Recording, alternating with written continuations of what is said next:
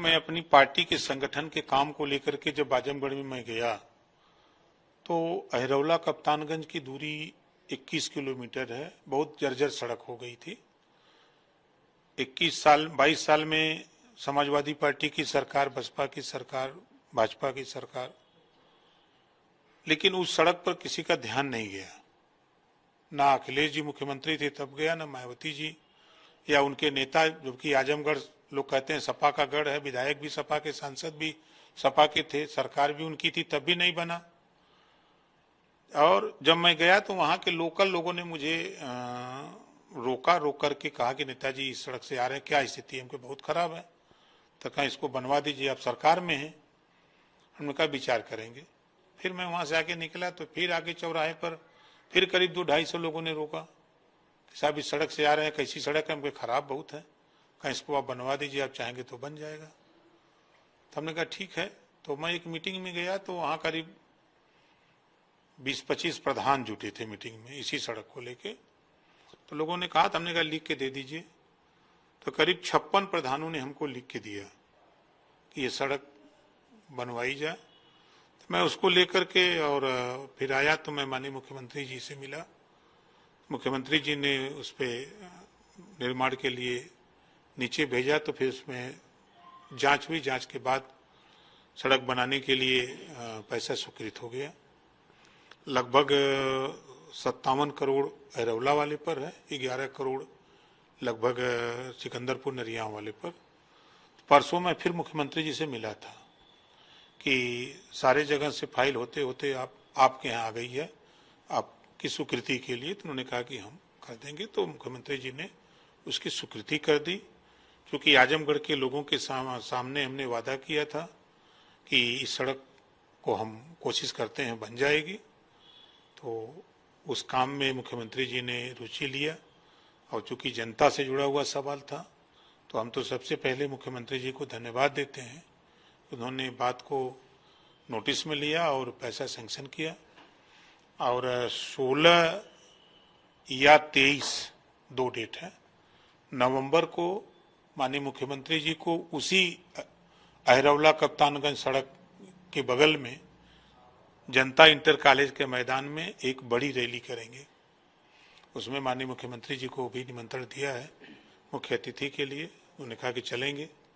तो जो भी डेट तय हो जाता है तो एक रैली भी वहाँ, ताकि जनता जाने इस बात को कि जो काम सपा सरकार में नहीं हुआ, बसपा सरकार में नहीं हुआ, उस काम को जब संज्ञान में बात आई है सरकार के, तो उसको माननीय मुख्यमंत्री योगी आदित्यनाथ जी के नेतृत्व में और हमने पहल की और तमाम साथी रहे तो धन स्वीकृत हुआ है।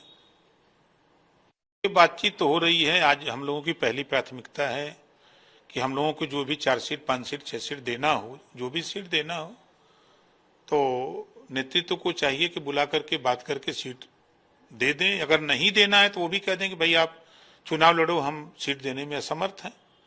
कल मैंने अरविंद जी को भेजा था बिहार, पटना, तो वहाँ पार्टी की एक बैठक हुई। बैठक में लोगों ने 2 बातें कही कि साहब देख लीजिए, अगर समझौते हो जाते हैं, हम लोगों को जितनी भी सीटें मिलेंगी हम लोग संतोष करके लड़ेंगे, साथ रहेंगे, और नहीं तो फिर हम लोग, ये सूची है 52 प्रत्याशियों की सूची उन लोगों ने दिया है कि ये 52 प्रत्याशी हैं, हम लोग सोमवार से पर्चा भरने का काम शुरू करेंगे। तो हमने कहा ठीक है।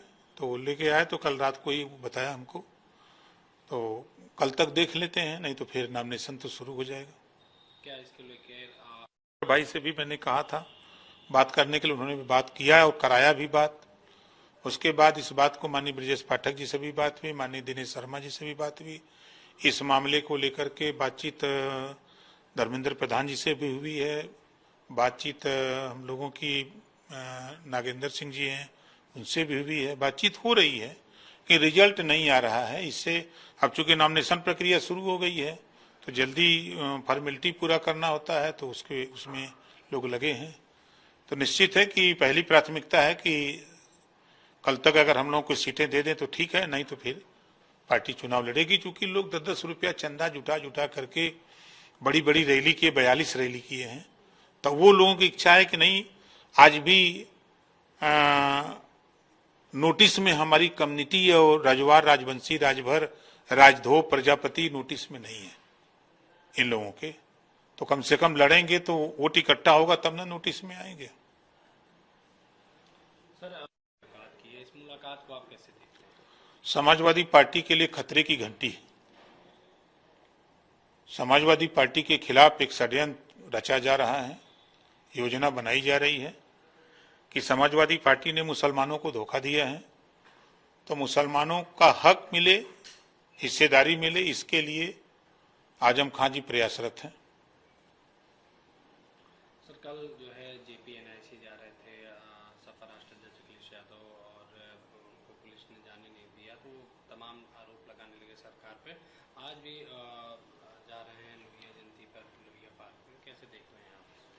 देखिए, कोई काम करिए परमिशन लेके करिए ना। बिना परमिशन के जाएंगे, कोई बात हो जाएगी तो आरोप सरकार के ऊपर आएगा। तो सरकार का काम है लाइन ऑर्डर कंट्रोल करना, तो अनुमति लेके जाइए अपने मन में। कहीं कोई काम करेंगे, कोई बात हो जाए तो दिक्कत तो बड़े होगी ना। तो खुद मुख्यमंत्री रहे हैं तो उनको तो खुद सोचना चाहिए।